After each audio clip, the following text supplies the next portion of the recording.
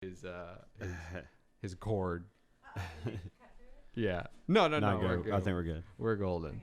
Thank you, Alita. All right, Chip Powell. Hello. How's it going? I appreciate you coming down. I love it. Yeah? Yeah, it's nice to get out of the city. Yes. Oh, especially with the drive. I didn't really think it would be too trafficy today. Well, it's major city. Yeah, that is true. Big problems Even all the on a time. Sunday. I think it's really funny that right now I'm watching your cat take a shit in a litter box. But dude, look at that. He's like stoic. He's like a statue. That's pretty cool. Yeah. That box has been a lifesaver, I have to say. Like, because that's one reason I haven't been too much of a fan of cats, is just having to clean it. It's a whole thing. Even with her walking, it's one thing, but cleaning shit is a whole other. Oh, yeah. But with that box, dude, it just does it all on itself. It like scoops it up automatically. And then, like, the only thing you have to do, you don't have to scoop it or anything. You basically throw the bottom box away. Oh, man. And I that need to is get that. it. Yeah. I got 2 cats, and That's right, yeah. So I don't you have know. that. Yeah. Yeah. No fun. So, segue, artistic director of a whole world, right? Yes. How long have you been there? Well, this is my 25th year. 25th year. Isn't that crazy? That is nuts, man. Yeah, I think maybe 15 years ago, I took over as director, and wow, we've just been doing show after show after show. I mean, every week. So it's just, it's an art house. Yeah, And we have a lot of fun. Absolutely. I remember that was where I first met you. Mm-hmm. You guys hired me to do an audio engineer. Mm-hmm. And that was whenever I first started college. So Yeah. I think my freshman year, you guys gave me a shot and Oh, yeah. everything. I really appreciate it. It was, we've had so many people come through the doors, and it's always impressive to me to see how many people form relationships out of those different groups. And then those different groups, for years know each other. Even though they've left the theater, they still connect. And, it's a great place. I mean, you meet people, you have fun. Yeah. You learn something. Right. And we want to give everybody a chance to work every part of the house. We want people to not only learn how to run the camera during the show, but get suggestions, house manage. We're even getting people now running sound and doing lights. Oh, man. So that's right. And whenever I first went there, you guys have a lighting board and run the lights as well. That's pretty dope. Yeah, it's really nice. Yeah. We have a really pretty soundboard right now. Yeah? You should come back and check it out. Yeah, we'll do. That's what Kelly was saying, is that now it's a whole new thing, and you guys have mics coming from the ceilings. Yeah. How does those work? Is it pretty good? Yeah, they're directional. They work really well. You have to kind of balance the music. So, each night the sound person really has to kind of check in with what's going on with the musician, because sometimes we have keyboards, sometimes we have guitar players, and it's different levels, and they get into. So sometimes the music could be overpowering, but if there's a good sound person, they help adjust that. Right. Yeah. It can be tricky doing it live. That's one thing that I sometimes miss, because it's like, instead with post, you could almost take forever to just try to finish a project. But with something like live, like your show, it's got to be right then, and there, and that's it. You have one shot. Yeah. Then it's over. Well, and I can't tell you the number of times that, and I try not to do it, but it's just, you can't help yourself. It's a live show. Like, somebody will mess up the lights, and you'll look up there, you're like, oh, okay, so-and-so, give it up for so-and-so on the lights. Yeah, they're doing a great job. Calling them out there in the show. Oh, yeah. Yeah. Because, it like took forever for them to come up, or they came up and went back down really quickly, and you're like, okay. So, but it's also nerves, because a lot of them are students that are training to do it. So they get a little scared. A little nervous. Yeah. No, I understand. I'm wanting to get in front of the camera more, man. Like acting wise. And I was going to ask, like, because you guys do classes too. Yeah. Am I too old? No. Because I think I've lost. I think No. my time came and went, man. I think our oldest student was like in his 70s. Oh, shit. I'm not kidding. Oh, what? Wow. And we've had, older people, and we had this guy from North Georgia. He was a North Georgia storyteller. And he was probably in his 70s, and he came and took classes with us, but he was hilarious. I mean, just because he had all these old stories, so he didn't really do improv. He just kind of basically every scene he just told joke after joke after joke, and and it just never worked because it doesn't really work with improv. Right. But it was so funny because he tried so hard, and then we played this game called the Alphabet Game. And they, he was with this woman, and her name was Robin, and I absolutely love her. And she was like looking at me, and I was looking at her, and she kept that thing going because he kept forgetting the letter of the alphabet he was on, and then he would just shut down. Oh man! But he was great. He got through the whole show, and we learned a lot about North Georgia. Oh my God! And then of course the youngest, I think. We have kids classes and teen programs. So, when they're in college, they have probably been to our summer camp, and then they come into college, and then they want to come back and do an internship or work with us. Right. So we get youngins and we get oldins, and we get everything in between. So you're not too old to take a class. Well, good. Because that's one thing I want to get into. Like I've been behind it for so long, and now doing stuff like this, I'm like, you know what? It's kind of relaxing being in front of the camera. Let other people, have to deal with it. Oh yeah. Yeah. I can see the appeal. That's for sure. Well, and it's the other end of it is these kids that are now teenagers are getting ready to go to college, and it always kind of freaks you out that you've been there that long, that you've seen so many of these kids. That's right. Go to college, come back. Now they're adults. Now they can sit next to the bar and drink with you, and you were like, oh my God. Little Timmy was eating pretzels and mashing them into my sofa during kids camp. Right.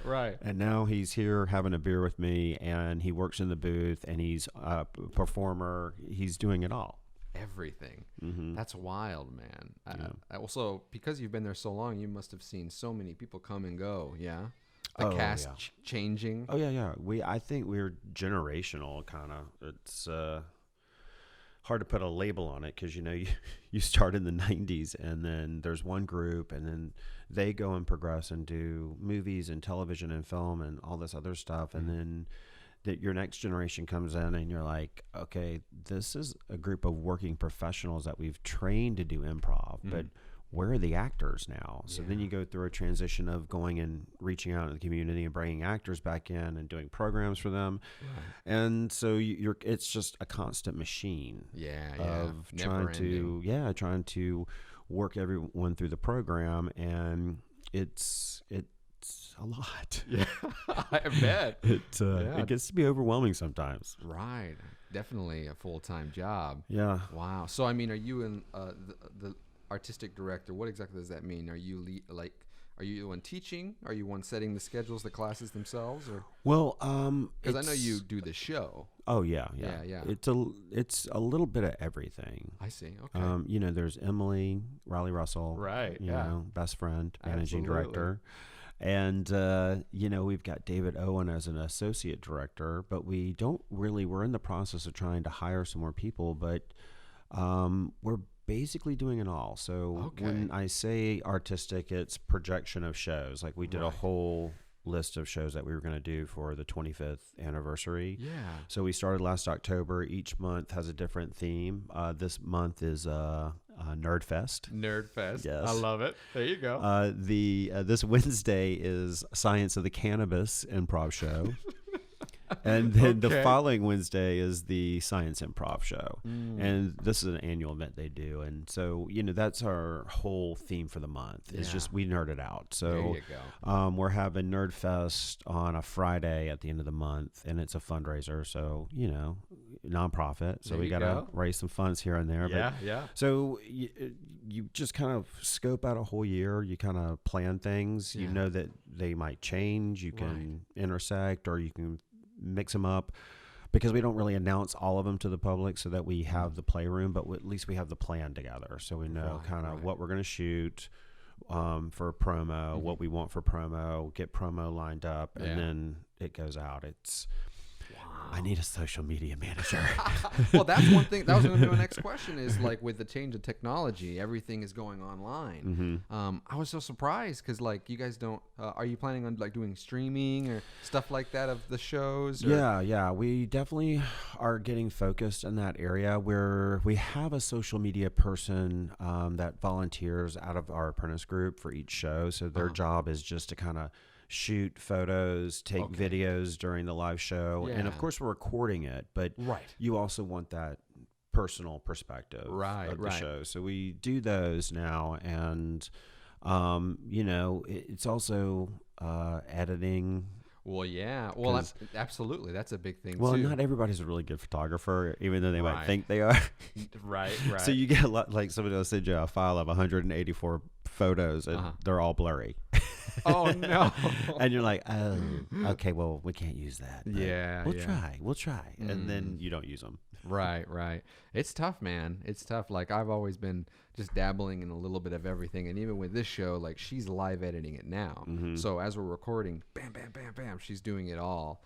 And just trying to streamline it. It can be a hassle sometimes, like getting the setup going. I can understand. And expensive, too. Oh, yeah. Yeah. Oh, yeah. That's some crazy stuff. Yeah. And so on top of working with the actors, then having to do that as well, it can be, I imagine, tasking.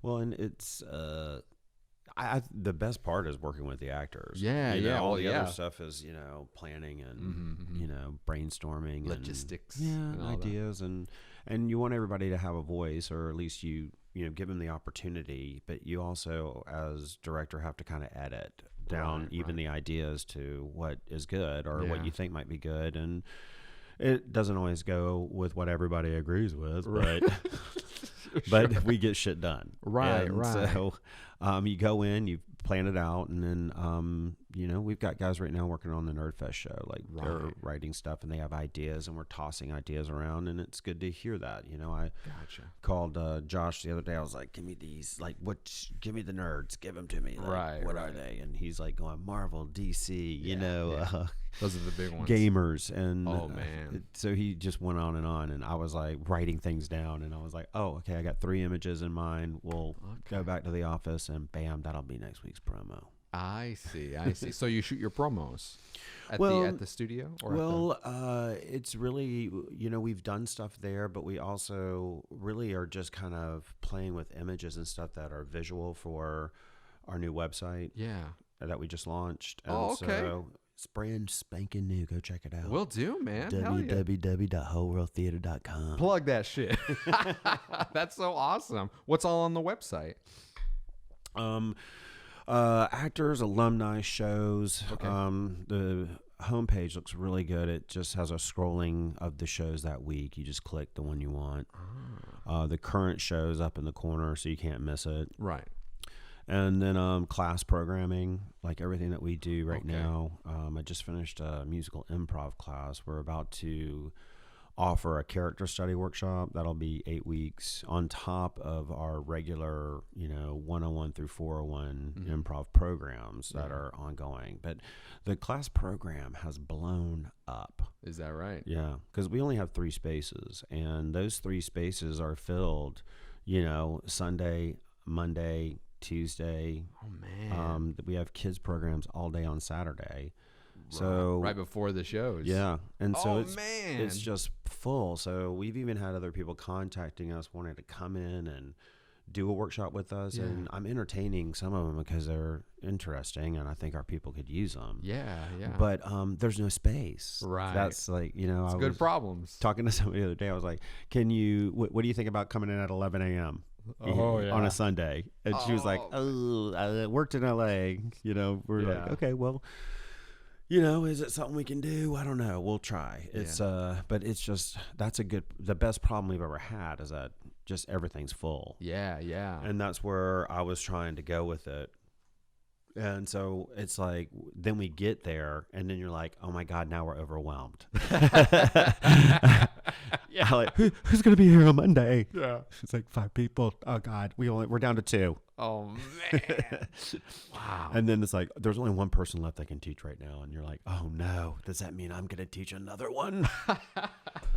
Oh, dude. So you're having to hop around and wear many hats. Oh, well, always. Always, yeah. Always. Yeah. So since the start, you've been there since it started? Yeah, pretty much. Yeah. So I mean, how did that go down? Was it just we wanted to start an improv theater in Atlanta?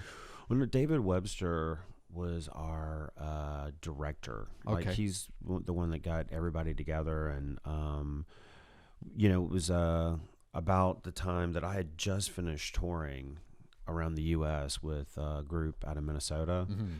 And I got to Atlanta, and I just wasn't sure after so many years on the road that I wanted to go back on the road. So I was like, I'm just going to take some time. Right. And this crazy guy that worked with me at Einstein's, he was in the kitchen. His name was Thomas Boyd. And he would do show tunes and show numbers down in the kitchen every time you go by. And he and this little girl he had trained in the salad world where they worked would like slam up stuff, and he'd go, "You give me Caesar." Oh my God. And the little girl next to him would go, "Caesar." Aw, Lord. Yeah, I think her name was Pam. She was cute as can be.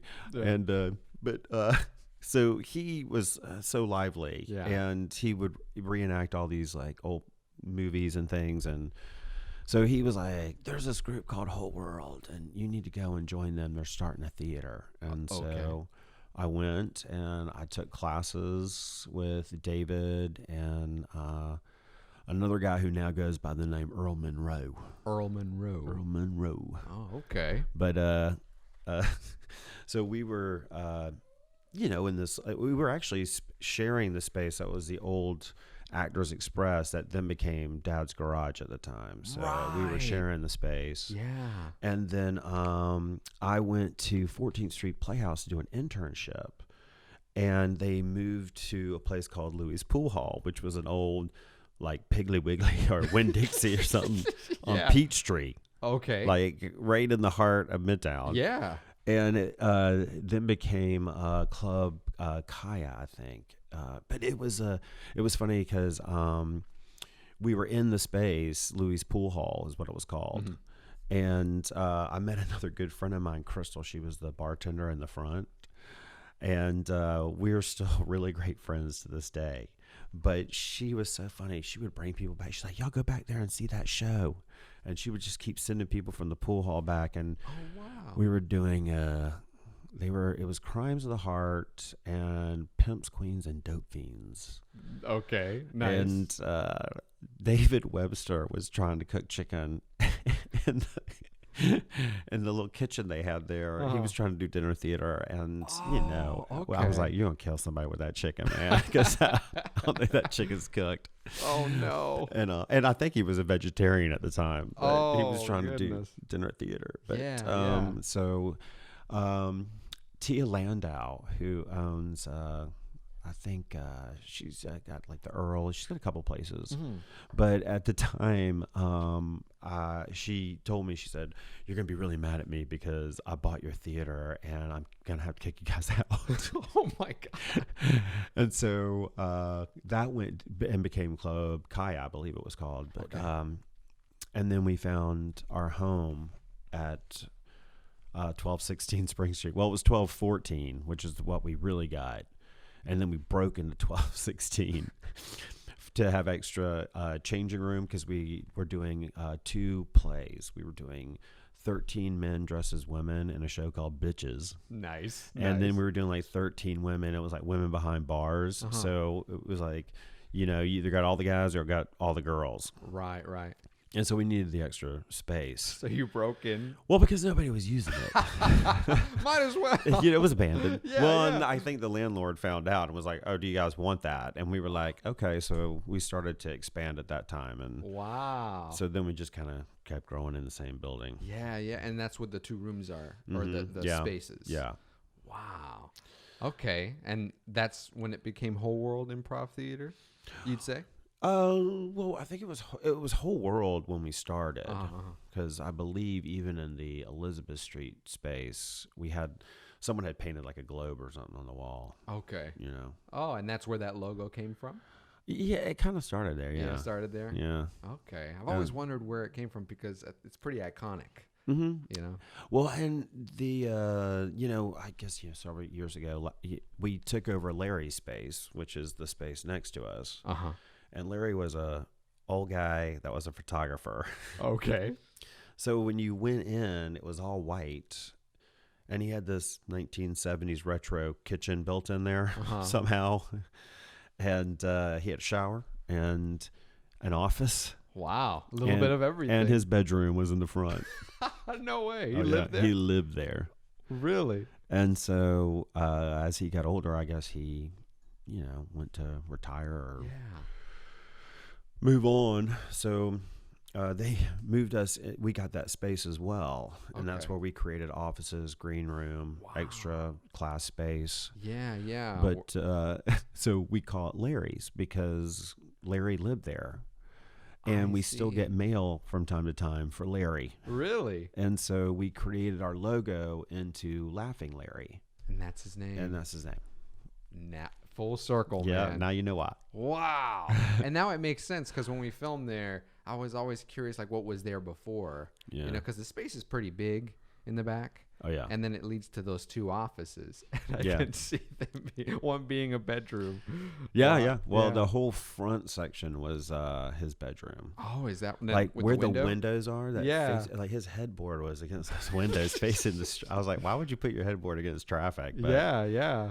It didn't make no damn sense, but he lived there, man. Yeah. Blue shag carpet and all. Oh my word! Is that still there? No, that was good. No, that was for well. No, we fumigated that whole area. Oh my God.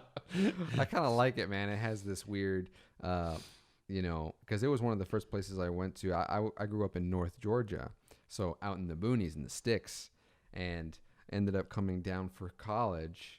And then you guys hired me, and then I remember first going up there to see the soundboard and the lighting board and all this, and the stairs, having to go back there. I was this is the city, man. It felt cool. Yeah. We're roughing it. Yeah. I thought it was dope. I still think it is. I mean, so is there a lot of the main cast that I knew there? Are they still there, or is it all new people now? No, I mean, it's a mixture. I mean, it's a constant moving machine. It just keeps going. Yeah. I know you'd know Grant and Emily, obviously. Tanya still working with us. Chris Cap? On and off. I keep seeing pictures of him doing like some theater stuff with his puppets. He's been doing some Sesame Street. Oh, shit. Yeah. That's amazing. Isn't that great? Yeah. He's doing really good. Wow. And every time I do get a chance to put him in the show, I write a scene that's going to be centered around a puppet. Yeah, absolutely. Like I had a puppet in a restaurant with one of the actresses, and the puppet was breaking up with her. Oh, no. Oh, my God. So, yeah. Nice. Was that recently? Yeah. The last time I had him, it was probably a couple months ago. Yeah. Well, who's playing now music? Because I know the guy that was there before, he moved to L.A., is that right? Him and Courtney? Yeah. Will and Courtney. Yeah, they went to L.A. and we have a really great group. We've got Jake, and he's a guitarist, but he also has like a beatbox board and all his tricks. Yeah, he's got some tricks. He actually just taught the musical improv class with me, and it was really refreshing and different to have a guitarist as opposed to a keyboardist with you, because it was a different vibe. And I think most people acoustically, sit around a fire and kind of sing and make shit up. At least that's what I do when I'm home with my family. Hell yeah. Why not? And then we have Becca. Becca is super talented, and she brings everything she's got. Like I'm talking like from rain stick to she brings you some weird tubes and you just spin them around, and she's during the show. She's got her violin and she plays during Oscars, and her keyboard, and I mean you name it, she's got it. And it's so where do you find people like this? I don't know. It's just like it's kismet. They just they come to us. And like want to act? Well, yeah. Well, not Jake acts with us, but we've got a girl named Gamble, and Gamble is into a lot of musical stuff and does a lot of musicals around town, and it just makes it so special to have that different flavor in a show because it's so exciting to see what it does to the show. Yeah. And so, new things to play off of, I imagine. And we've got Lee is a main stage performer, and she plays guitar as well. Whoa. So she will sometimes acoustically sit in on a show. Yeah. And so, I mean, my dream would be to have all three of them there. Oh, yeah. Like a small ensemble. That would be dope. Yeah. But when we're in busy season and we're selling out, there's just barely room for one person. Right. Oh, I remember when it gets full, man. Oh, yeah. It gets full. It gets full. Yeah. And so. How many does it seat? A couple hundred? We're saying right now 117 just because we're trying to give, we do seat more, but not by very many, but we're trying to leave a little bit of extra room down there for the musicians. Right. It does get kind of tight. Yeah. And then most people can just hang out at the bar too, right? Yeah. You can watch the show live out there in the cafe. That's so dope. Oh, and it's all HD. Oh, is it now? Oh, yeah. It's bringing it up. You need to come on back and check out the H to the D. Will do, man. It looks real good. I wanna make it out there and see some shows. It's been forever. I feel so cooped up over here. Yeah, away from everyone. This is pretty far. Yeah. How long did it take you to get? About an hour or so? It took about an hour. Yeah. Oh no. Well, there was a bad accident, so yeah. Well, I appreciate you coming out, man. No, let me just tell you though, I was coming out and I was like, I think the last time I was out here, I took my godson to medieval times. That was the last time. I was like, I think this is looking familiar. Oh, man. I don't think I've been there since I've been here. Yeah. Because after you guys, I work now at an ad agency as a video director there. And nice. Just do ads, corporate stuff, nothing too crazy. What's the name of it? Outdoor Flicks. Okay. Yeah. Pretty cool spot, really chill. It's getting busy right now, but it's just a lot of ads, a lot of short form stuff. We're like diving into more social kind of stuff. It seems like, big corporations are even wanting to get that slice of the pie because that's where a lot of the viewers are. Yeah. Is making that kind of content. Yeah. So, I mean, that's what we're doing now, but it's pretty client heavy. So even though it's supposed to be subtle, they're like no subtlety. Yeah, we've had a couple of how the whole insurance commercials have to be funny right now. Yeah. What's going on? Oh yeah. So we had some folks that actually approached us, and we had some actors go, and Emily kind of rallied it all together. She did a great job. Yeah. And got these folks, in these ads. They were online. You could stream them yourself. You could share them. So they got some exposure, and it was exposure for us. Yeah, but absolutely. It's definitely people want to be in that social media. Yes, I mean, it's easy. Everyone can do it. It's accessible. It's cheap. Like you can just right now, we can just film something and bam, it's done. And it's almost like I imagine scary, right? Do you guys do a lot of that social media push? Oh yeah. Yeah? Oh yeah, it's constant. Yeah, you'll just do stuff on your phone, or like will you go and write it, or? Well, it's a little bit of everything. I mean, we do it all. I mean, anything that comes out, it's been in the office and we've talked about it, or we don't really have just like one person going, oh, let's just do this. Right. Just kind of go together every Tuesday and Wednesday and say, what's this week? Right. Okay. Put it together. Let's go. There you go. So it's like a constant push, but it's they come to you and they're like, "Oh, you got to do the TikTok." Oh man, you got to get a TikTok going. Absolutely, yeah. Does Howell have a TikTok account? I don't know. No, No, I don't know. Gotta get on that, man. Get that revenue. No, that's what I'm saying. We probably do. It's just Grandpa's a little behind the times. I dig it.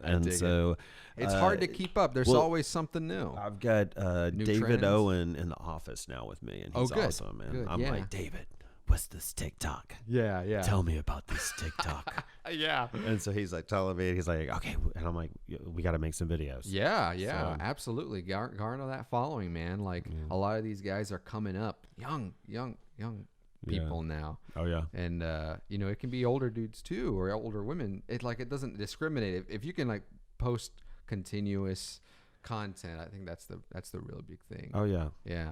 Well, and the sharing of those items too. We like to get our people to share because. Oh man, yeah, absolutely. Because it's sharing. Yes. It's got to be a collaborative effort. Otherwise, it just won't work. It does, and it's always interesting to me that, over the years, how we've done it has changed so much. Yeah. I mean, we used to think the creative loafing was to live and die for. Mm-hmm, like, if you didn't have your name mentioned in the creative loafing, right, you were nobody. No one. No. We've got to get in there. Yeah, right. When can we get a review? Oh, my word. And, and we bought ads and we took out. Oh, is that right? Oh, yeah. Yeah, we did it all. Wow. And that's just not the way it works anymore. No, it wasn't. We had this guy, Danny Apple, that ran the Sunday paper. I loved him, man. He was he was a great guy. He was all about community and sharing and, promoting. Yeah. And so I missed that paper most of all. Right. He was a great guy. And the loaf, if you look at it now, it's gotten thinner and thinner and thinner and thinner and thinner. Yeah. And then it's just, 50% porno. Is it really? Yeah, if you look in the back, man, you can go pick a number. Pick a number. Pick a number. Which one do you want to call? Oh my god! Because they like got for people to. It's just sex ads all in the whole. Sex ads. Yeah, like for you to call up and be like, "Hey, come over." Call Tiffany. No way. Yes. How is that legal? I don't know. I mean, I guess it is legal because you're just calling a hotline. I mean, it's not like you're. I thought. See, I was confused. I thought you meant like you would call and someone. Oh well, no. We all love that. Make it really convenient. I would call that number. Oh my god. No, I think you just call and chat. But it's just a bunch of those ads in the back of it, Oh wow. I know. It's like, what happened? Yeah. It's like times have changed. Everybody's much. on the phone. All of it, yeah. Just creating stuff Yeah. with the cameras that keep on getting better and better. Well, I finally had to because at one point I was like, put down your damn cell phone. I'm teaching class. Oh. And this one girl was like, I'm taking notes on it. And I went, oh, shoot. Son of a bitch. I'm going to have to, let these people start bringing their devices and doing their thing. So, I guess you just kind of get over it. At one point you're like, oh, it was irritating. And now you're just like, I've got bigger things to worry about than if you're on your phone or not. Right.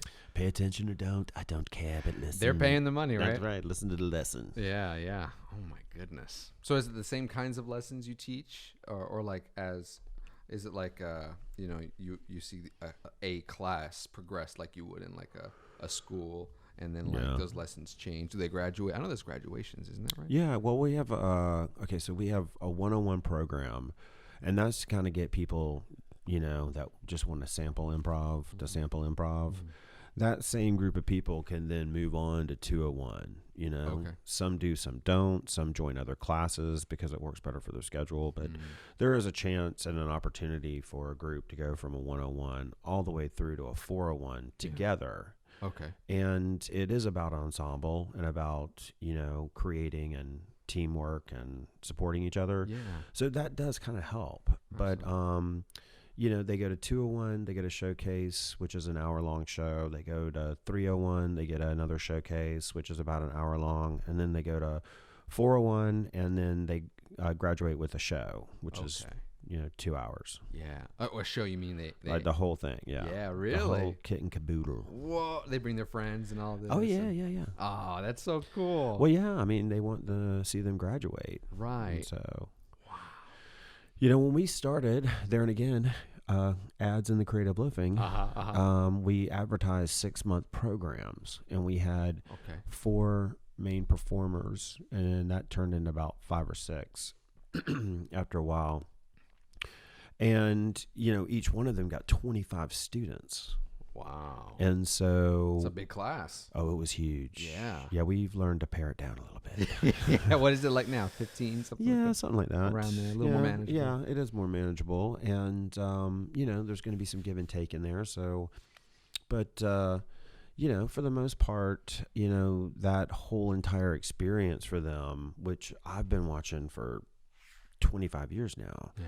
is watching, this generation that grew up together in class program, became main stage performers, moved on. Right. Next group was coming up, knew these guys and, hailed these guys as their heroes. And then they went on. Yeah. And when they went on, the group that was here, in the middle, saw that group before them, and they had heroes, and it just goes on and on. Wow. Just keeps going. It does. And so that's why it changes so much. Yeah. I mean, we currently have 19 main stage performers. Oh my goodness. And that's including a couple that, are coming and going at the time, because Gotcha. we also allow some freedom for them to do other things. And yeah, absolutely. That's awesome. Yeah. Everyone always wants to like do something else. Yeah. Well, and one of them just had a baby. So. Oh my goodness. Yeah. His wife had a baby. I actually officiated their wedding. No way. Yes. Oh. And they had a baby, and so it's just funny to watch. You call him up. I'm like, hey man, it's been a few weeks. How's it going? He's like, the baby won't stop crying. And I'm like, okay, well, take your time coming back. Oh. Let us know when you're ready. Yeah. Oh my goodness. But it doesn't sound like you have a shortage of people to then take that stand or like. No. I think it's always been about the talent.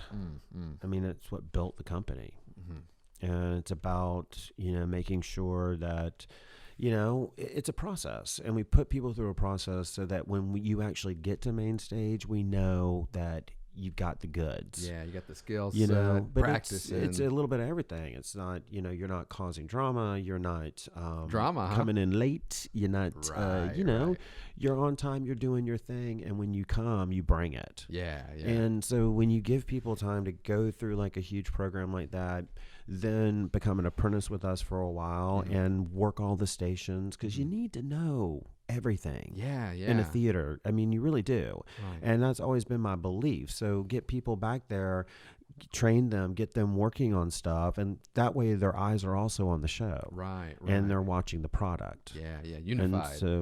And so you see how it is on both sides, because any show, any performer has to be aware of what the audience is aware of. Because the moment they're not, that's when it can go south. Yeah. Because they know something you don't. And so you've got to be paying attention. You've got to be on your A game. Right. And that process sometimes takes a while for people. To read the room. Yeah. Well, and some people are quicker. It's like, some people come in and they're like powerhouse, and you're like, okay, calm down. Right. And then you kind of get them through the steps, because you don't want to give too much too soon. Right. Either, because you need to get to know these people, because you're going to pretty much be a family. Right. We're together every weekend, and we're working hard, and we're entertaining. Yeah. And then, that must be difficult too, like having to turn off everything that's going on just to make sure that the show is great. Yeah. Well, and that's also part of the process is teaching people how to come in and decompress from all that crap going on outside. Yeah. And so we do a warm up with everybody, and, not everybody's for it, and, but I don't care. A warm up? It's a warm up. Well, what do you do?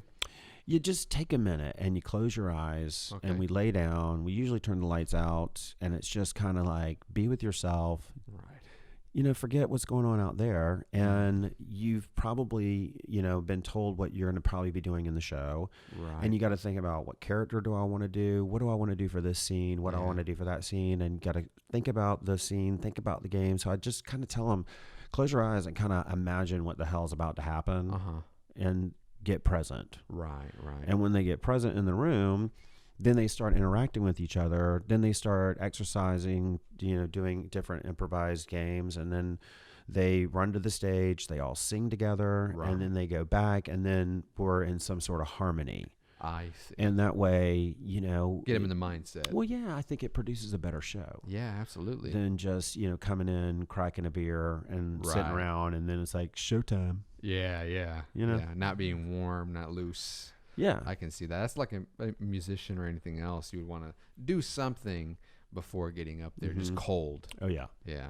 Well, and we always tell them to prep, for each scene, because you just don't know. When you're doing improv, a lot of people think we just get up there with nothing, and that's great for them, because and I always tell people, you're going to look really genius to the audience when you do a little something called A to C thinking, because if I say cat, you say dog. Right. That is A-B thinking. Oh. So if I was to tell you to think a step further from that, if I say cat, you don't say dog, you say tree. Very good. Right. That's right. Well, no, that's good. That's good. That's because the audience wouldn't see it coming. Oh, I see what you're saying. And then they're like, they would be thinking cat dog, and you said tree, and they're like, oh, he's a genius. Oh, I see. Because he used a trick called A to C thinking. Okay. So it's basically, removing that anticipation for a surprise. Yeah. Well, yeah, and getting people to think a step ahead. Gotcha.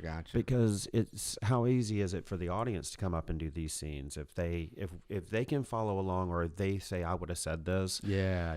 But if you take the leap to the next step and start it that way, it's going to be, they're going to be caught off guard a little bit. Gotcha. Then they're going to be engaged because they want to know where the hell you're going. Right. And they also have an influences too, because you ask the audience for different kinds of, whatever it is. Oh yeah. Yeah. I love setting up scenarios. I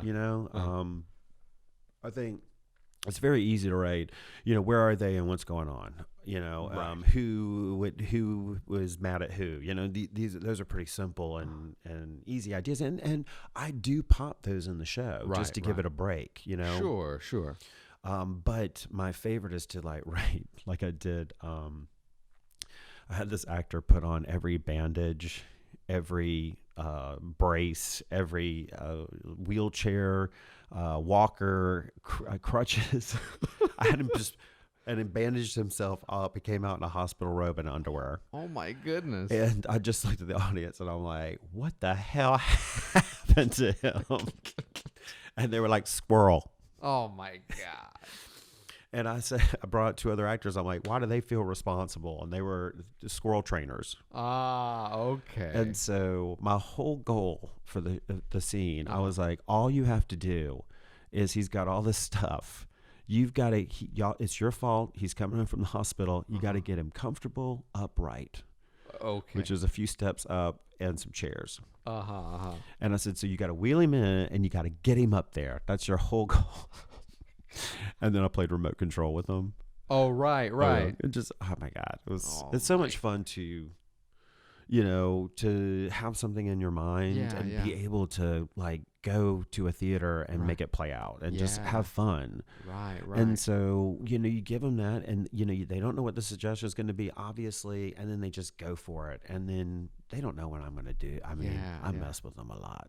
It sounds like it. Wow, that's going to be some pressure, huh? But we have such a great team. Yeah. It's just really amazing to watch the people that are our main stage performers, and we have some really super talented apprentices coming up. Yeah. It's really great to just see the talent and then know that you can pluck one from over here and, have them join this group and play with them and see how they do. And that I think is probably where the most pressure is. Right. But that's good. That's challenge. But the main cast people, it's like knowing how to write for your people. So your people, know what's in their arsenal, what they've got, and write for that. Right. And so, we find these wonderful moments where you can just, put together scenarios, and it's like, I want to do, a 3 generations. I want to have grandma, mom, and daughter. Yeah.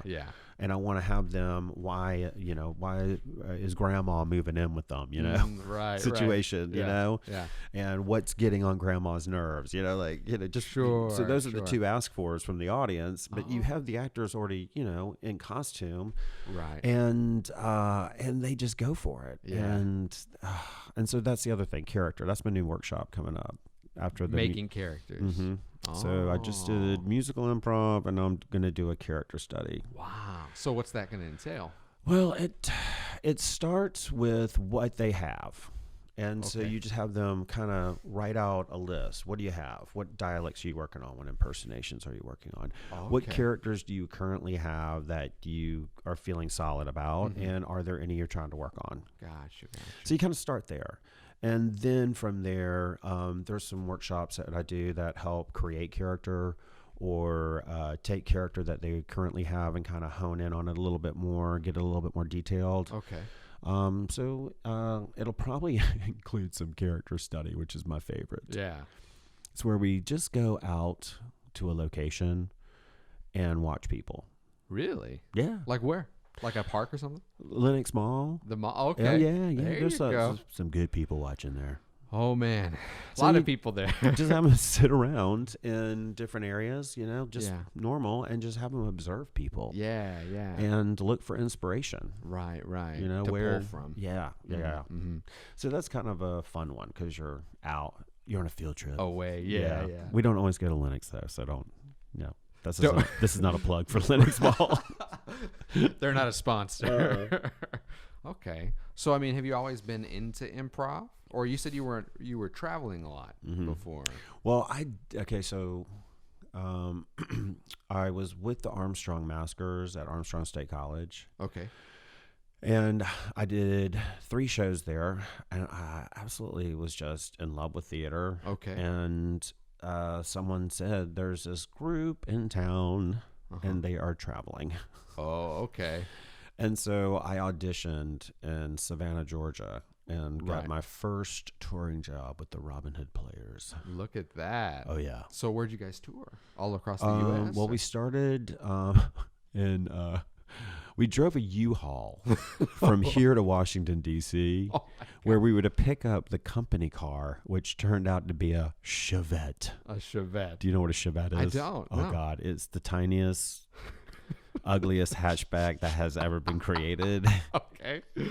Oh, and that's how it started. Oh, wow. And we drove to upstate New York and then back down to I spent that Thanksgiving because I had to stay behind with the equipment and the props. All right. In I had Thanksgiving at a Shoney's by myself in West Virginia. Oh, no. Yeah, and I stayed at the Motel 6. There you go. But I had a case of beer to cry into. Oh, well, hey. It's all about perspective. So that was my first tour. Yeah. And then I got sent to Arizona. And that took us down to a beautiful place called El Centro, California. There we go. Cher's hometown. And in El Centro. El Centro, California. Okay. And the main export is cow manure. Oh, my God. It smells so lovely there. Ooh. Yeah. Pungent. Yeah. Yeah. Oh. And I toured all the way up to Seattle. Seattle, Washington. Man. So all Highway 1. Wow. And that was our Robin Hood show. Robin Hood. Yeah, we told the history of Robin Hood. The one on the East Coast was Thomas Jefferson. And let me just tell you, this guy that I worked with, he was an asshole. Oh, he was a drunk and an asshole. And we fought so many times, like on mountain roads and shit, where like truck drivers would pull over and break us up. Really? Oh, yeah, it was bad. What about? He was just drama? Or? Well, yeah, like... I was Thomas Jefferson, and he had zero respect for me. And so he shit all over my character in front of students, like kids and everything. Oh, no. Oh, yeah, it was bad. What? Oh, yeah, he would put, I had my first pamphlet that I was showing him, and when I opened it up, he'd wipe boogers. Oh, no. And it was my booger snot. Stupid, childish shit like that. Yeah, yeah. He would come over and step on my toe as hard as he could, like while we were doing the show. Right. I mean, he was an asshole. Oh, my God. But it was it was a good learning experience because it made me resilient. I can see that, yeah. Then when I went on the next tour, I didn't take shit off nobody. But then again, I was also managing the tours too because I became a manager. Yeah. And that company, man, they treated us so good. Yeah? Yeah, the second company I worked for, which was a small change out of Minneapolis, Minnesota. Okay. They, they treated us so well. And so it was, we went from having this asshole manager with Robin Hood Players. And then when I quit working for them, I got headhunted. So really? To say, yeah, some people were looking out. Well, some folks that I had worked with on the road were working with them, and they, put me in touch. And so the guy was in Atlanta at 14th Street Playhouse, and you had to go in and do this audition. And they did a lot of puppets and things. So you had to be like a 2-headed monster puppet. And just, ridiculous stuff. But it was fun. Yeah. And I got the job. There you go. And so I toured with them all over from, Connecticut, New York area, through Chicago, in Minnesota, Los Angeles. We had a great place and a great gig in Los Angeles. Wow. Yeah. So all over. Yeah. So, I mean... And they flew us and they took care of us. They flew you out. Yeah, the first company gave us a Chevette. This company gave us a Rolls Royce. It was like, they would have a car pick you up, or they would take you to the airport, and they would fly you out, and they had an apartment for us, and per diem. Big production. Oh yeah, it was, and all we had to do is go set up in the schools, do the shows, and drive around. Orange County, and pray that there wouldn't be another aftershock to the earthquake while you're driving down the highway. There you go. Yeah. So you say school. So these were like kid shows. They were 50% education with 50% comedy. Oh, okay. So the companies would hire us, and we would take their educational information that they wanted to get to the kids, and then we would improvise the story. So, let's say, so an example was when we were in Texas, we did Central Power and Light, which is CP&L. They're the largest power company of South Texas. And so they work in a bilingual area. So they wanted to have a translator with us. And so we took the idea of Beetlejuice at the time and took the electrical company information and had Beetlejuice do dangerous things around electricity, and we got the message across. But we got to improvise and, hey, I'm Beetlejuice, man. Getting in there and just being the character. And I played 3 characters in one show. I was Dr. Kilowatt. I was Jonathan, electrician for the rock band. Okay. And then I was Beetlejuice. There you go. So I got to play all these characters and have fun with the kids. And who doesn't love that shit? I know. So wow, I didn't know you did that before. Yeah. So that was the last thing I did before Whole World. Wow. So what made you want to settle down and stop touring so much? Is that the? Well, it was several years. Yeah. And you're traveling, and sometimes Constantly. You're flying, and you're mostly driving, and it's all over. I think the last straw was when I left Texas. I had the van with all the equipment. And I had to drive it from Corpus Christi, Texas to Minneapolis, Minnesota. That sounds like a drive. And I was by myself. Oh, no. Let me just tell you. As I was nearing Minnesota, I had decided I was like, I'm just not going to sleep. I'll drink a Joe Cola. Oh, my God. I want this over. Yeah. And I'm driving. It's like 5 a.m. I'm coming into Minnesota, and I was just going, I can never do this again. Ever. Yeah. And so... with little sleep, driving can be brutal, man. Well, and at least I had actors with me when I was going down there. Yeah. But it was like once when you're by yourself, just alone. Yeah. Oh man. So I just and the kicker was they offered me a job in management, so I wouldn't have to tour anymore. But I would have had to move to Minnesota. Oh, and it's a great town. I love Minnesota. There's a lot of great theater. I mean, I did a lot of extra jobs there and made really great money working there. And my favorite thing to do was to go out Mall of America. Yeah. They would do haunted hay rides. Oh, my God. And I got to tell all the stories and how it, Yeah. I'm seriously, I would... this old lady would run out of a house with blood on her and a knife, and she'd chase the wagon, and she was screaming. I was like, oh girl, she needed alpha hydroxy. She needs some lotion on that skin, y'all. Oh man. So, that sounds like a lot of fun. Oh, people had a blast. They gave me a huge bonus at the end because I could nut. Yeah. Because it's had me. Fun with it, right? Yeah, we'd go through this one patch where they had these deer traps, and they're scented, so they smell like skunk. There you go. Oh man. We'd drive through that, everybody would be like, ooh, I'll be like, that's Passions by Elizabeth Taylor. Oh my God. Available at your nearest Belk. Oh, yeah, Lord. I would just mess with people. Yeah. So, and so, Wow. and I got paid to do that. Just be stupid on a hayride. Yeah. That's a lot of fun, man. So, I mean, you were always improv centric. Oh, yeah. Yeah. Wow. So, like, that's what you wanted to do is theater? Oh, and God. improv When and I all was that? a kid, my little brother Uh-huh. and my sister were like my puppets. I was like, we will be doing this play tonight. And Oh I my would go God. into the dining room and I would sell anybody in the dining room my family tickets for the show.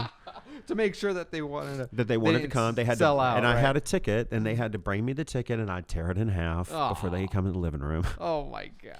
We reenacted Star Wars, and I had my brother's best friends in the neighborhood. They're like, 7 years old. Yeah. All playing parts, and I was snatching them, going, "You better get this part right." Oh my God. And I had a closet off to the side that was the dressing room, and Wow. oh my God, my sister, I made her.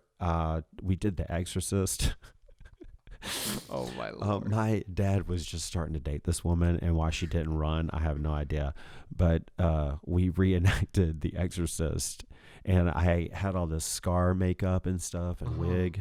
And so I would get behind my sister, and she'd start to turn her head, and then I'd swing the wig around from behind. Oh man. So when she would do her head this way, the head would come back around. Yeah. Special effect. I worked on it. Wow. Practical. Yeah. And then she vomited Coca-Cola because that's all we had.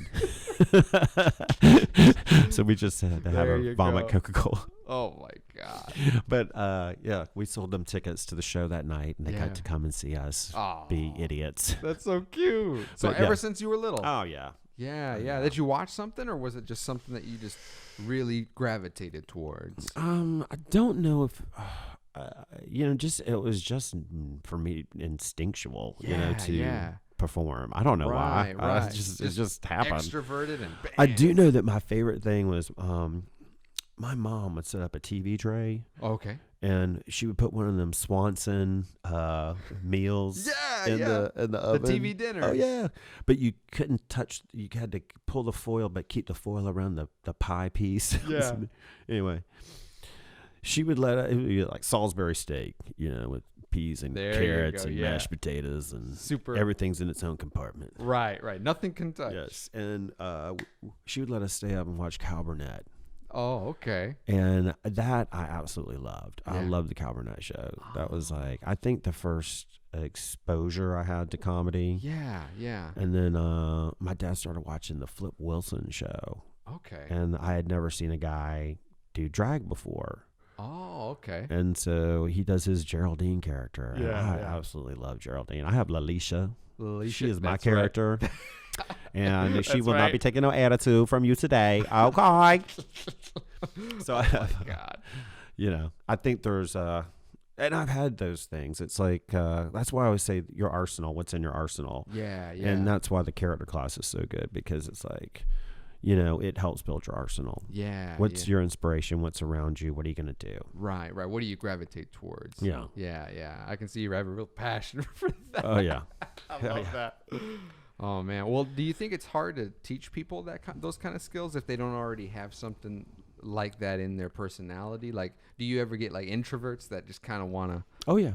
Oh, yeah. Yeah? Oh, yeah. All the time. Hard to break through their shell at all? It's not so much their shell, it's their flavor. That's what they're offering. And sometimes that's a good thing to offer. And I think that's what makes improv shows so great, because, when people say like, oh, this group's better than this group, it's not true. It's what is the person, the people, the value of the people that are in that group, and can they deliver? And it doesn't mean that it doesn't change and it doesn't grow, but it just means that every single person in the company is important because of what they bring to the mix, unique themselves. And so I have completely different characters, and I'm a completely different flavor than, let's say, somebody else that comes in. And we have some that are introverted, but I always love when they come, because I'm working with a few of them right now, and I absolutely adore them because what they say is not a lot, but it's powerful. Right. Like, they don't just fill it up with words. They say something and it's to the point, and it's concise. Right. And it doesn't have to have all the fanfare. Right. And it's meaningful. And then it's comedy. Yeah. And it's really great to see somebody like that come in and not be a huge powerhouse. Although I will try in the time that they're with me to say, I want to see the evil you. Oh, the anti. Yeah, there you go. You're really nice and you're really sweet.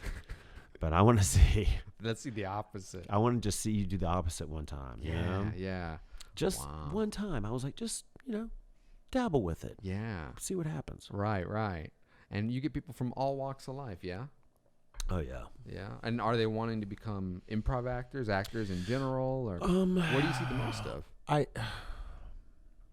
It's interesting because, like I was saying, we went from being a group of starving actors all trying to make it to all of a sudden the working professional is on stage doing improv because we've trained them. Right. And then it just fluctuated. Then there was somebody who saw us when they were in their 20s. Now they're in their 40s. They've got kids that are about to graduate and they want to come and be free. Right. Because they've served time. 18 years. Yes. That's right. And so they get out there and they do it. So it's like, it's a huge wave of people from different areas, to have a kid that, was in our summer camp program and now he's a, adult and he's drinking a beer next to me and he's working in our booth and he just he's the one that helped with the HD. Is he really? Yeah, one of the guys.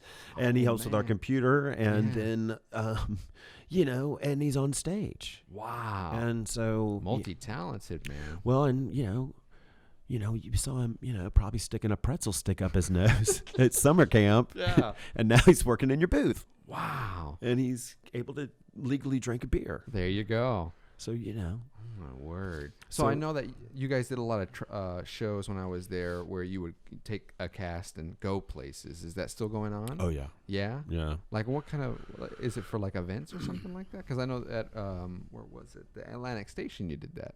Atlantic Station's kicking off in May. Is doing it again? Brand new park. They've built the whole park over. They've built a natural stage and they've put in surround sound. Man. I'm really excited. It's going to be the first Wednesday of every month at 8:00 in the park. In the park. And it's a great, Atlantic Station has come so far and it's changed a lot. Oh, and they just own the whole years. Property. So they're not even part of the city. How do you mean?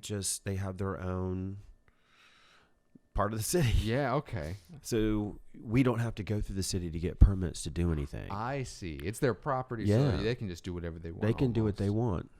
Yes. Damn. It's privately owned. Yeah. And so there's even apartments above all the space. Oh, yeah.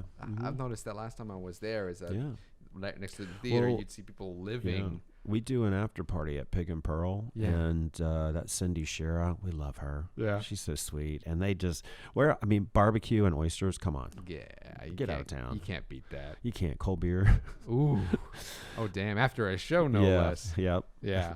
Oh, man. So we do corporate private events. I mean, we'll go and do workshops and. We'll do shows or we'll do workshop and shows, Oh, a bit of both. Yeah. Okay. Like an example was from the simplest of like some company comes in, does a 2-hour workshop. Okay. They're in, they're out. They might want to have sandwiches or beer or something after. Sure. Whereas you get a company that's a corporate company and they come in and they want to do creative with their advertising department. Okay.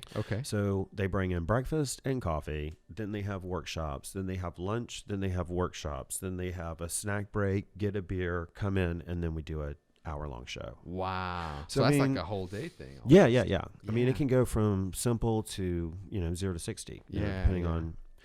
Emily does so well working with clients. I mean, she is Queen Bee. There you go. I mean, that what she leads is getting? Yeah. Oh, yeah. She does so much. I mean, she's working with our CPA. She's working with our, she's writing grants. I mean, she's doing it all. Oh my goodness. Yeah, she's done an amazing job. Grants for for like getting people to come to you guys? Or Yeah. Well, you apply for them, and then you're awarded certain amounts of money, and being a 501c3 nonprofit. There you go. It's been great, and I think if it hadn't been for us when we took over the company, when we did, to start back then writing for grants, because the awards get bigger and bigger the longer you're with them, and the more you're committed, and the more they see what you're doing for not only the community, but what you're doing is helping the community. Where somebody yelled out coronavirus first thing last night, and I was like, look, man, we are here. I was like, shut that up, because we are here to forget that shit right now. Yeah. We're here to laugh and have a good time, and we're not bringing CNN in the room, okay? Right. Let's not get political. It's just like, let's shut that down. Yeah. I mean, you guys must get that a lot lately, especially this year. It's been everything, because the year started out with like World War III, right? And now it's the coronavirus. Eventually, and it's an election year too. Well, and at one point you give it to them. Do. I mean, you have to. I mean, but I always tell everybody, I'm just working around, saying, look, when we have one scene about it, we're done. Right. Like, let's move on. Let's get in and get out. Do something new, do something fresh. Yeah. Let's keep it moving. And, as an MC, you're trying to find a suggestion that's not herpes. Right. And a little more creative. Huh? And when they now say herpes, I have a bowl of our 25th anniversary logoed condoms, and I will personally deliver one to anyone that says herpes, because they probably need it. Maybe. I mean, let's think about it. Yeah. Oh my word. So because that's almost like heckling. Yeah. Would you consider? Well, it's funny. I was talking with one of the guys from Dad's garage, and we were joking about the fact that we do ask people to drink all of our beer and then come in, and then we ask them to yell the shit at us. So we are kind of asking for it. Right. We put ourselves in that position, but I mean, I'm good at shutting it down. I mean, I think you've probably seen me in action. Oh, dude, command of the room. I could shut somebody down really quickly. Yeah, and absolutely. it's to many things. I think my personal favorite was one of our board members brought this woman with him one night, and I went out to shake hands with him in the lobby before the show, and she was like already like there. She was just she was on something. I don't know, but is that right? All I know is so they're sitting on a sofa, and we start the show, and she's just yelling at me, like saying all these like inappropriate things, and just saying them over and over again, and just yelling. And it's really, everybody around her is offended, and I went, "Ma'am, we heard you. You don't have to talk anymore." And she went, "Don't talk to me like that. I'm a lady." And I went, "Well, then act like one, bitch." And the whole place went nuts. Oh, and Lord. Then I think about half an hour later, she was night-night. Really? Just passed out. Yeah. Damn. I don't even think after intermission they even came back into the show. Oh, wow. Yeah, she was a little night-night. Whoa. But I mean, you get that, you expect that. But if you shut it down really quick, she didn't make another noise after that. There you go. Yeah. Probably got pretty embarrassed. Well, and I think sobering. I think the person that was with her was a little embarrassed too. But, it was, Wow, that's wild, man. I mean, so do you see your audience? Is there a lot of regulars, or like a lot of people just come in almost every week or something, or is it always a lot of new people? I would say it's probably 50%. I mean, we ask people to clap if they've been there before. Yeah. And clap if they haven't. Sometimes it's more than one or the other. But 90% of the time it's 50-50. Yeah. And the number of people that come up to us, out in the public, are people that are probably in the neighborhood. Like I just was at a restaurant yesterday, and this family was eating next to me, and when they got up, the wife stopped and said, "Oh my God, we love coming to your show. No way. We're gonna bring our mom to the show," and so it's nice. Yeah. Because so we have some regulars in the community that come, and we try to recognize those people too. Yeah. Like we had a couple come for Valentine's. They got engaged on our stage. Like, oh, come on. Yeah, he was like he invented the shot ski. Oh, the and shot so ski, huh? he had this shot ski. So he brought it out during the event, and we did a shot ski on stage before the end of the show. Oh my God. Yeah. Wow. I wanted to mention this. I had my old band director here 2 weekends ago, and he was telling me, he was asking me what I was doing and all this. I mentioned that I was with you guys for a while, and he told me that him and his now wife, that was their first date, was going to see you guys. Oh, wow. No shit. Oh, Small wow. world. Yeah, man. yeah. I thought that was nuts. Yeah, It was like back in 2005 or something like that. Yeah, well, that couple that came to Valentine's, we pulled them up on stage and had them tell a story, and then we improvised a scene around it. Yeah. Oh, no way. Oh, yeah. So they were in it or just around their story? It was they were in the show. Oh, okay. They were on stage with us, Right. So they were like, "Oh, hey, we were like, what was the first time y'all had an argument or didn't see eye to eye on something?" And they told us, and whatever they told us, the actors would do. Yeah. Like I had this couple on stage last night, and we're trying to do this show that's we're putting together, and it's really about bringing people on stage and getting their real story, and then we do a scene based off of it. Okay.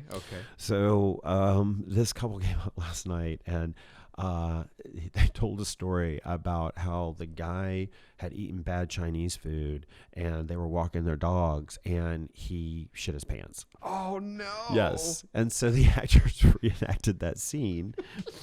And I said, okay, that was their version. So, y'all really lived the situation.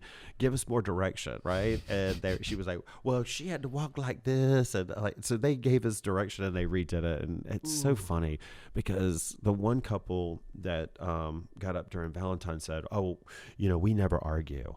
Well, after that, he's like, well, sometimes she'll put her hands up and walk out the room, be like, I'm done with this. And she's like, oh, well, he. And then it was like, oh, I thought y'all didn't argue. Right. And then so when we were repeating it, they were like, oh, he needs to have a lot more attitude than that. Oh, my God. Oh, yeah. And he was like, well, she. Oh, my Lord. So it's so funny. That must have been a lot of fun. Oh, it's hilarious. Cast, man. Oh, my God. They had the best time. Yeah. Yeah. Awesome. That's the one thing about what we do. It's very, I'm not going to say there's not times you walk off stage and go, oh God, what the hell just happened? But because, it's improv. But for the most part, I feel like we have the best time. Yeah. I mean, we really have a good crew of people. And it's one of those things that's why I think the process taking so long is important, because then you get these amazing people around you that aren't a lot of drama, that are fun, that want to be there for the right reasons and want to create, like while you're there, make the most of what it is. Absolutely. And get as much as you can out of it. Yeah. Because if there's anything that I want somebody to get from Whole World is that when they go somewhere else, they know how to act respectfully in a theater house. And they hopefully can say, I ran the light board or I ran the soundboard at Whole World and I house managed and I ran the camera and I did all these things as well as perform and study improv. I mean, you got a good resume. Yeah, absolutely. So, So, I mean, with saying that, where do you see all the people that end up moving on? What kind of work do you see them doing? Because I know you were talking about Chris Capp. He's doing like Sesame Street stuff now. Yeah. We have so many that are currently, out and working in the community that are doing other productions and other theaters. But then we've got alumni that are producing. They have production companies. They are working in television. They're working in film. We've got people that are acting in film. I mean, not to brag, but my personal favorite is the lovely Miss Sarah Baker. Yeah, who is just tearing things up left and right. I mean, she's been in everything. I mean, oh wow.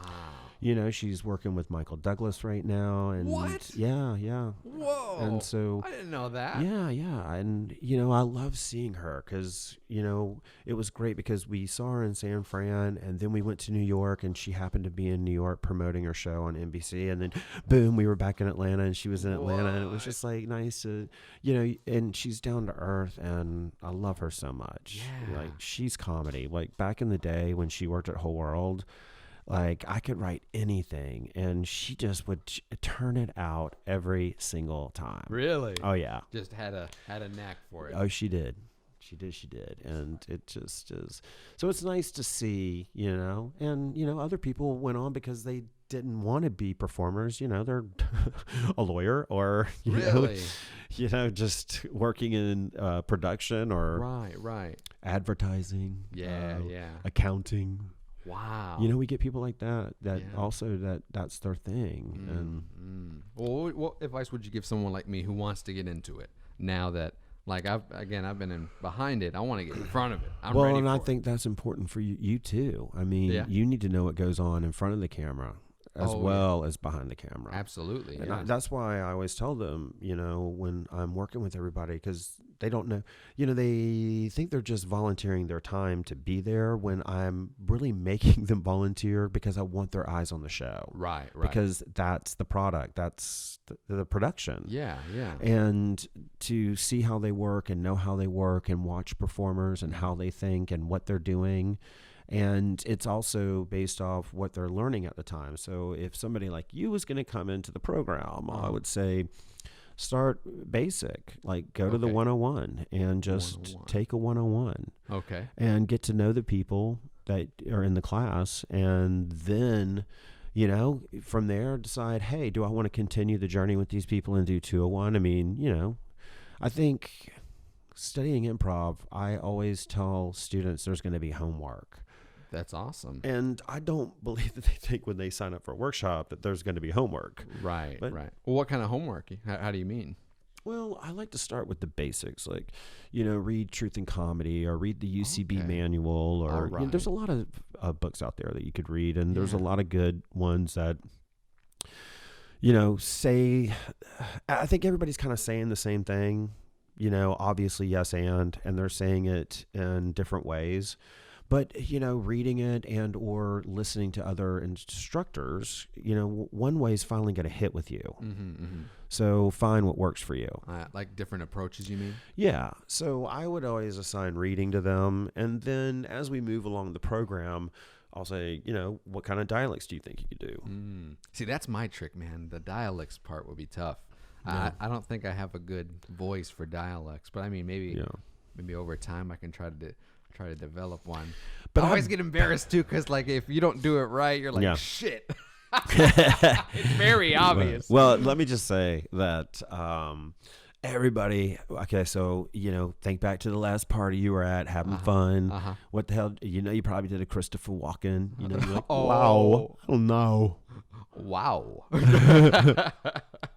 You know, you probably did something and had fun doing it at, you know, a party. And so everybody does something. Right. I think, you know, our biggest philosophy, no judgment, is based on, well, don't judge other people.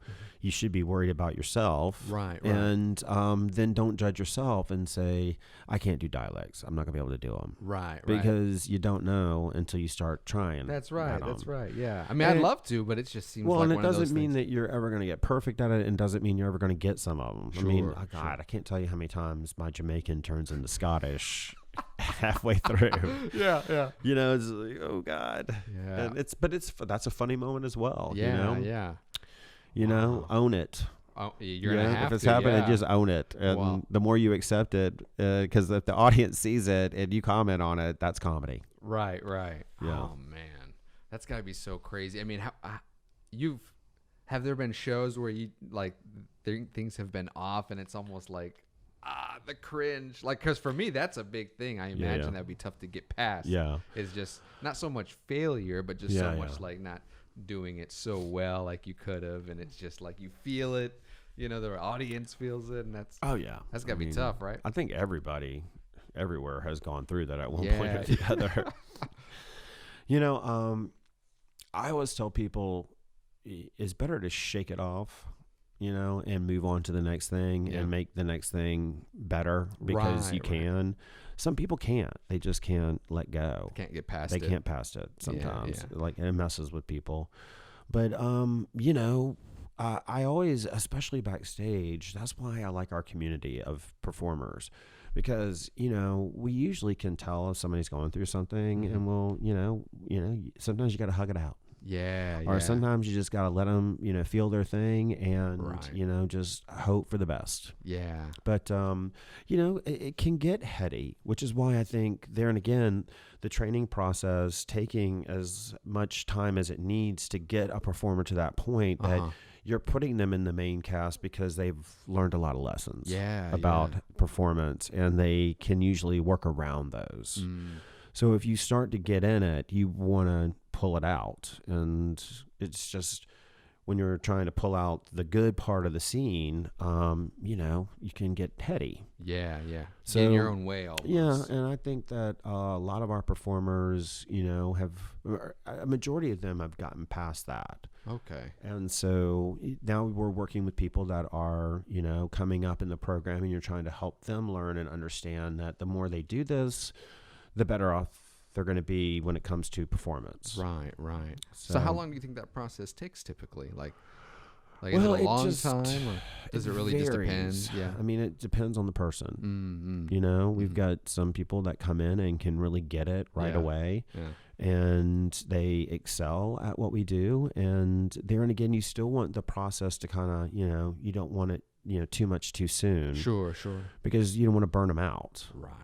And then the process taking the time that it takes. I mean, some people, it takes a little longer because, because there's other things, that are going on. And, I think it's one thing to know that when performers come to me, it's another job.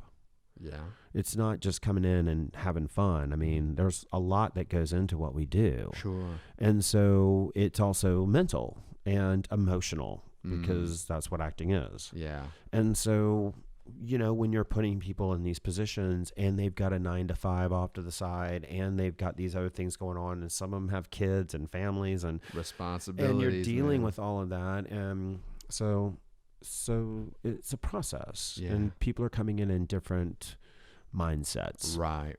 Different goals and all this. Yeah.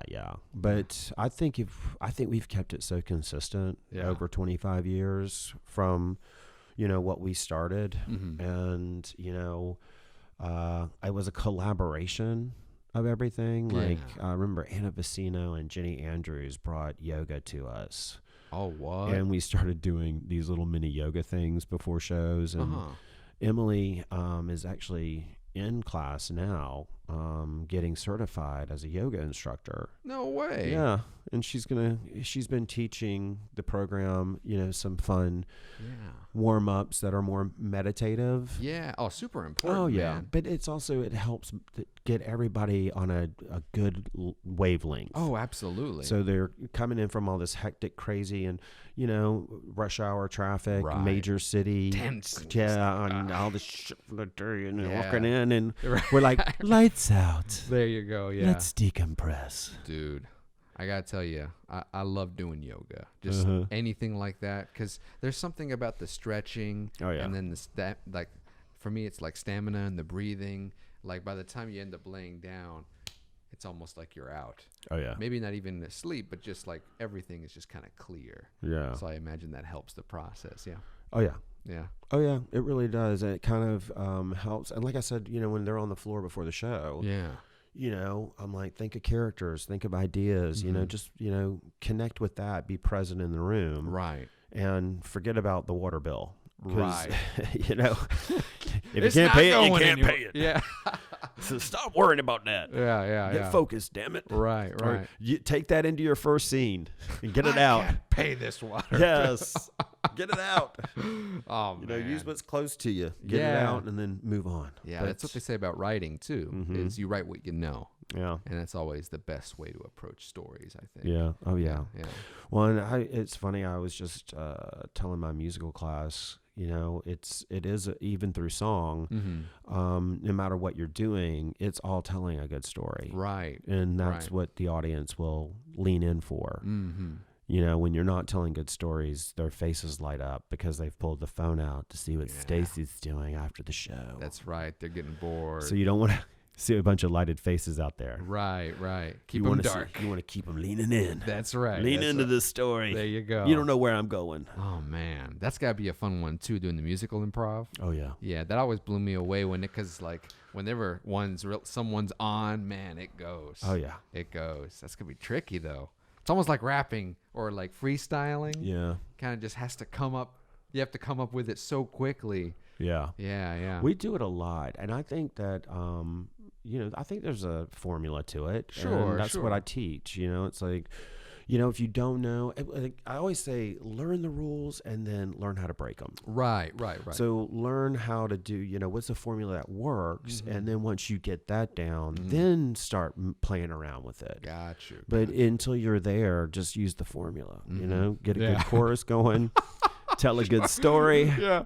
Get in, get out. Use that formula. I like it. I like it. That's so dope. Well, and I think too when you say, do dialects or impersonations, and be like, oh no. There are some people that don't have a problem with that, but then you say it's time to sing. They go, right. Right. No. Oh man. So you've got everybody's got their strengths. Sure. And that's why collaboration, man, makes the show work. Absolutely. If you take two strong singers and put them in a scene with someone who's not maybe as well adapted at singing in a show, you'll find that person will rise to the occasion. Yeah. And trial by fire, man. Well, and I always want the actors to be successful. Like I'm always trying to find stuff for them or write stuff for them that, is like gonna really get them jazzed. Yeah. Like Paige has this character called Drunk Jessica. Okay. Oh, I love putting her in the show. Oh, man. Drunk Jessica, always, because I was just going to the bathroom and I sat down. Oh, wow. And so she acts like she's an audience member that's drunk that just happened to get up on stage. Oh, my word. It's hilarious. I mean, so I've put her in like dating scenarios. Oh, and no. I've put her on panels and just fun shit like that. Wow. So it's like when you know somebody and know what their strength is, you can actually hone into it and lean into it. Yeah. And then, so my flight attendant, Lalisha, has done a lot of things. She's been a nurse. She's been a 13-year-old Catholic schoolgirl. Oh my she's God. been, she's been, the bride. What's the? I don't know that. Whatever to the bride. What? It's like the best man, but yeah.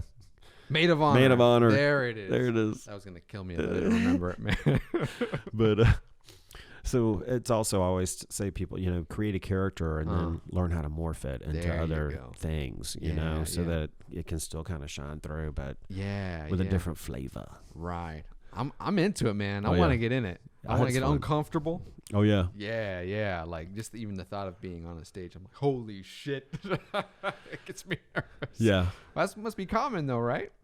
Oh yeah. Yeah. Oh, I mean, I still get nerves. Is that right? Oh yeah. Really? For as long as you've been doing it, I mean. Yeah, for different reasons. Like like when we did Carlos's show. Right. It was like it's so important that it be right, Absolutely. And so you're nervous because his family's there. Yeah, he's gone, and we missed him, and we love him, and it's Absolutely. it was a hard thing to do. Yeah. So of course there were going to be nerves because you want it to be perfect. Yeah, and there's we write a lot of shows and we write a lot of themes, and you're improvising it, so you don't know. I mean, you're pulling out your ass constantly. Yeah. So you always, especially if we did like a big novel like the Scooby-Doo, right? You want that to be good, and funny, right? And so you really work hard, and so before the doors open, you're like, oh shit, what the hell's gonna happen? Yeah. So there are those moments. I think for me. It's rare to, it's not as often that you get nervous about the classic show because it's our bread and butter. It's what we've been doing since the beginning. And, if I'm just doing bread and butter, I'm usually pretty good. Yeah. I love to MC. Yeah, yeah. And so you're so good at it, man. I love it. It's just like, bam. It's just like, it's like you're on. Right. And there's no other place to be. Right. It's like, I always love it too. Like I could be sick as a dog and I will be behind those doors and I'll just get it out. And I'm usually sitting there with a musician and they're like, oh my God, what the hell's going on? And I'm like, the sound guy's like, holy shit. Yeah. And then I'll go through those doors and for that first set of the show, nobody's going to know that I'm not feeling good in the audience. Wow. Because that's not an option. Yeah. And so on your A game. Yeah, man, just trying to stay on it and promote and and make the actors look good. Yeah, absolutely. So I think it's a little bit more nerving to be in the show, but it's also that exhilarating nerve of the excitement of going through those doors and jumping into it. And I love to practice what I preach. Yeah. So I listen like a mofo. How do you mean? I mean, there's nothing going to get by me. Oh, okay. I'm going to be aware of everything. I'm super aware of everything. Yeah. Like even in my life, like I've made it like it's all encompassing that I am hyper aware of everything that's going on around me. And very Game of Thrones, man. I like that. Well, it's one of those things that, like I was saying earlier, like if the audience sees something and you don't, right? But if I see it and I catch it and I make comment on it, then there's some comedy in there, right?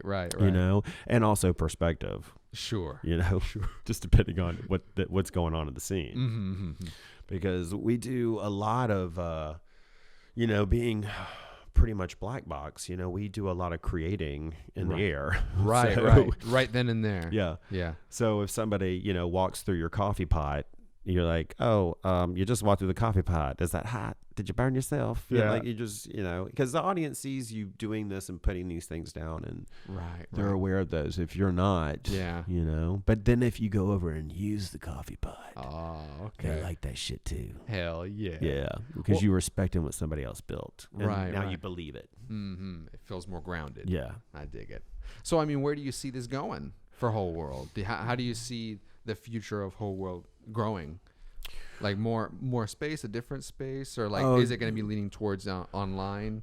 Like how are you seeing Whole World progressing? Well, I mean, people love a live show. That's right, yeah. But we definitely are going to grow the online presence. Gotcha. We just launched the new website. It's really pretty. You should go look at it. I'm gonna check it out, man. Yeah, check that shit out. Gonna buy tickets.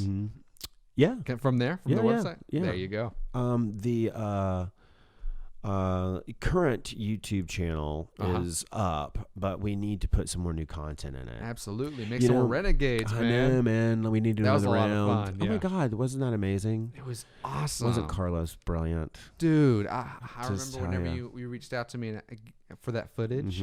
I haven't looked at it for at least a year or so, and I was like, oh man. Let me just tell you that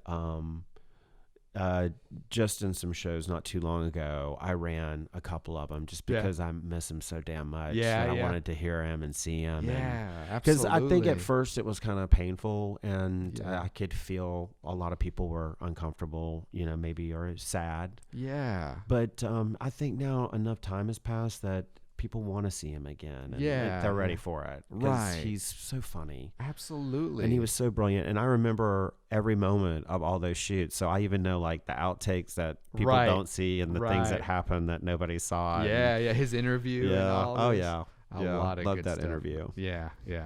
That was a special one, man. Yeah. But that's how he always was, man. He just was always like, Mr. Chip Powell, can I tell you something? Well, Chip. Yeah.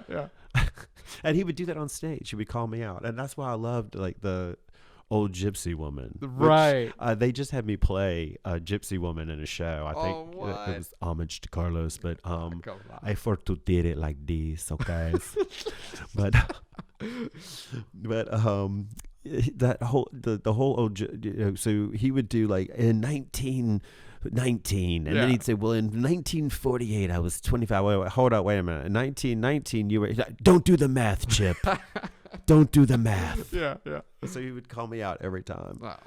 And I just, I'll tell you, it's one of those people that you'll never replace, but you will always remember and love, because that performance was damn good. Yeah. Every time, man. Always on it. Mm-hmm. So positive, too. Yeah. Anytime I talk to him about anything, just such a positive guy. Oh, yeah.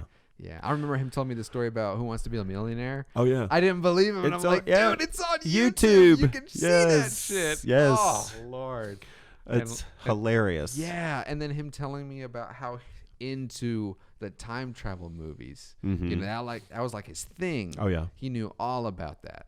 All about those kinds of movies. I thought that was so brilliant, man. Yeah, well, that's how he won Millionaire. Was right. It was all movie trivia. That's right. And so he knew a lot. Oh my God, the Kelly birthday party. Yes, the karaoke when he did the whole Beauty and the Beast opening song with a box that had wigs and hats in it. Absolutely, man. And he did the whole song. I mean, he won that damn thing. I mean, I knew, because I went out there trying to be naked. I remember, yeah. Thinking I would win if I was just naked. That's right. And he just got a box with hats and wigs, and he tore that shit up. I was like, damn, I did not win this. But that whole party was awesome too. It was great. That was fun. Whenever she reached out trying to get that footage as well, I haven't seen it in so long. I'd love to do another one, man. Another season of Renegades. Yeah, we need to. Yeah, that'd be a lot of fun. Man. Yeah. I think, and we've got a good crew. Yeah. Oh yeah, we've got a good group of people right now. That's awesome. And I think we're always striving for that. But I mean, I'm talking about even with the Apprentice cast that we have. Yeah. It's a really good, strong group of people, right. That you can look around the room and there's just talent everywhere in different forms. But and they're really, and some of them are out doing a lot of other creative things, like is that right? Writing, sketch writing, working in other theaters, doing other improv shows elsewhere, working, just in the industry. That's awesome. Yeah, especially with everything being, social media driven. That must be great. Yeah. Having their own followings and all this. Oh yeah. So well, and we help, we try to help, promote and support them. Yeah, absolutely. Wow. Well, we have to get on it, man. Mm-hmm. I'd love to film another 8. Yeah. Have a season 2. Yeah. Well, we'll have to get the folks writing. That's the tricky part. Yeah. Because I thought we did it right, man. Mm-hmm. We set it up like 3 months in advance. Mm-hmm. Took like 2 weeks, I think. Yep. Just writing it. Yeah. And then another 2 weekends going out and seeing everything, playing it all out. We did it the right way. Oh, yeah. Yeah. Well, and what I love about you guys is that when you're working in this industry, you guys are on time. Oh, and yeah. And you set the schedule and you stick to the schedule pretty damn well. And that is like a dream. It's a dream. Appreciate that. Because when you're sitting around going, what are we waiting on? What are we waiting on? Oh, my God. And, it's just nice to know that somebody knows what's going to happen. Film it, you get in, you get out, and you got it. Yeah. And that's my favorite. You and me both, man. It's tough because, whenever you want to be collaborative, everyone's giving their time. Mm-hmm. And at least with me, with that production, you had to be on it. Yeah. If we wanted to get everything done. Schedule, that was the other thing that was like, because Courtney came up and was helping with that. And it was really great to go, all right, we got this.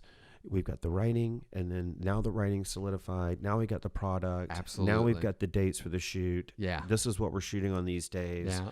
And it was like bam, bam, bam, bam, bam. Absolutely. And it's tons of behind the scenes. Well-oiled machine. That's right. Dude, I have over 100 hours of behind the scenes stuff. Oh, nice. Never even used. Wow. It's still on the cutting room floor. So I like even the acting stuff, because that's how we got Carlos's interview, is like, all you guys have interviews. Oh, yeah. I mean, you guys could post that stuff up and everything. It'd be dope. Oh, hell yeah. Yeah. We should. It's just living there. Oh, my God. Let's get it on the new website. Yeah. Hell yeah. I mean, you have everything's in front of green screen. That's what I'm saying. And you guys talked for like 20 minutes each. Oh, my God. We could drop one a week. Absolutely. Well, they're all in questions. I think there was like 15 questions. So if you get the first question from each person, that's one. Oh yeah. You know what I mean? And that's oh my God, brilliant. yeah. The footage is on a hard drive, man. I'll have to get it to you. Yeah, please do. Hell yeah. Oh my God, yeah. We would definitely love that. I'm looking, and I don't know if you remember Heather Murphy. She does photography. Yeah, right. Yeah. Well, so she's been at some of our events, and she's coming in next weekend. Okay. And she's going to be shooting a whole bunch of new content. Yeah. Yeah. That's awesome. And this new website looks so good that I'm like, we need content. Absolutely. So living on that website. Yeah.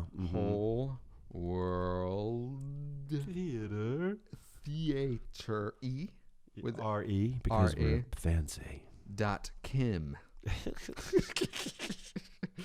Oh man, my internet's being terrible, but I'm gonna check it out, and I'm gonna get tickets, and we're gonna get together and do a second season, man. I love it. I gotta do something. Like I helped a couple of friends of mine did something last month, the month before, and I want to get my bearings, and maybe even be in a one. Yeah, if that's cool with you guys. Oh, God, I'll get a little selfish. I'll be in one. Yeah. Do a cameo. I think you should. Yeah. We should. Oh man, it's got to be. You totally have to be a boss or something. I'm all about it. And I want you firing people. Sounds good. Yeah, sounds good. Right. Just telling them how bad they are. Oh, okay. Yeah. Oh, just all the way down. Already out of my comfort zone, Yeah. man. I like to be nice. Yeah. I'm like, oh, you're doing. But then we pan the camera to who you're talking to, and it's a little kid, and you're like, "You're out of the school. You're out. You're fired. You're out of the school, the last kid. damn D." I love it. Yeah. All right, we'll have to get together, man, because I miss doing them. That was a fun one. There was like 45 people in the crew, catering, all this jazz. It was a lot of fun, man. Yeah. That was really well done. Yeah. We got to do that again. Yes, sir. Well, dude, I think that's a great way to segue to the ending. I appreciate you coming by, Thanks, man. I hope you had a good time. I had a blast. Yeah? Yeah. Oh, dude. Fun show. And she was so good. Yeah, she was. Usually, she likes to bark. Not at anyone else, but Mr. Kitty. She is super quiet, but Mr. Kitty just brings the fury out of her, man. But she slept through this one. Yeah, that's right. It was the 2 bacon treats I gave her. There you go. All right, man. All right. Well, so what was plug the theater one more time? The website, the new website? Wholeworldtheater.com. Theater spelled R-E because we're fancy. That's right. Be sure to get tickets because it's every Thursday, Friday, and Saturday. Bam. Yeah. Multiple shows, right? Yep. So one Thursday, two Friday. One 8 o'clock Thursday, 9 o'clock Friday, 8 Saturday, and Saturday 10:30. There you go. Who knew? And then we have a jam session on Sundays. Oh, yeah? Yeah, Sunday night. That's new. Yeah. It's anybody in the city that does improv can come by, and it's just free. Was that happening tonight? Yeah. What time does it start? Well, it starts like 6 o'clock. 6 o'clock, so it's already started. Yeah. 6:17. Is it 6 now? Oh, my Lord. This time change. Oh, my God. It's crazy. All right. Well, we'll catch you guys next week with a new guest. Appreciate you, man. All right, man. Thank you so much. Charles. Got it.